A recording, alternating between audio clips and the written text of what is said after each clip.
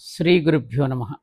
శ్రీకృష్ణుడు గీతలో చెప్పినటువంటి అనన్య చింతనను గురించి మాస్టారు చక్కని ఉదాహరణతో మనకి బోధపడేటట్లు చేశారు.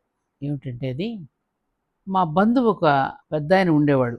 స్వాతంత్రం రాకముందు ఆ రోజుల్లో తహసీల్దార్గా పనిచేస్తూ ఉండేవాడు ఆయన. ఒక రోజున క్యాంపు మీద ఒక గ్రామానికి వెళ్ళాడు. వసూళ్లు పూర్తయ్యేటప్పటికీ సాయంకాలం అయింది. గ్రామ పెద్దలు ఆయన దగ్గరకు వచ్చి, బాబు, చీకటి పడబోతోంది, దారేమో అడవి దారి, మధ్యలో దారులు కొట్టే దొంగలుంటారు, మీరు ఈ రాత్రికి ఇక్కడే పడుకుని ప్రొద్దున్నే బయలుదేరి వెళితే బాగుంటుందనిపిస్తోంది అని సలహా ఇచ్చారు. అందుకు ఆ పెద్ద ఆయన, ఏం పర్వాలేదు, నాతో ఉన్న ఈ నౌకర్లు నేను ఇప్పుడే బయలుదేరుతాం. రాత్రి ప్రయాణం సాగితే ప్రొద్దున్నే చేయవలసిన పనిని పూర్తిగా చేయడానికి వీలవుతుంది అంటూ ముందుకు సాగాడు. గ్రామ పెద్దల వారిని పొలిమేర దాకా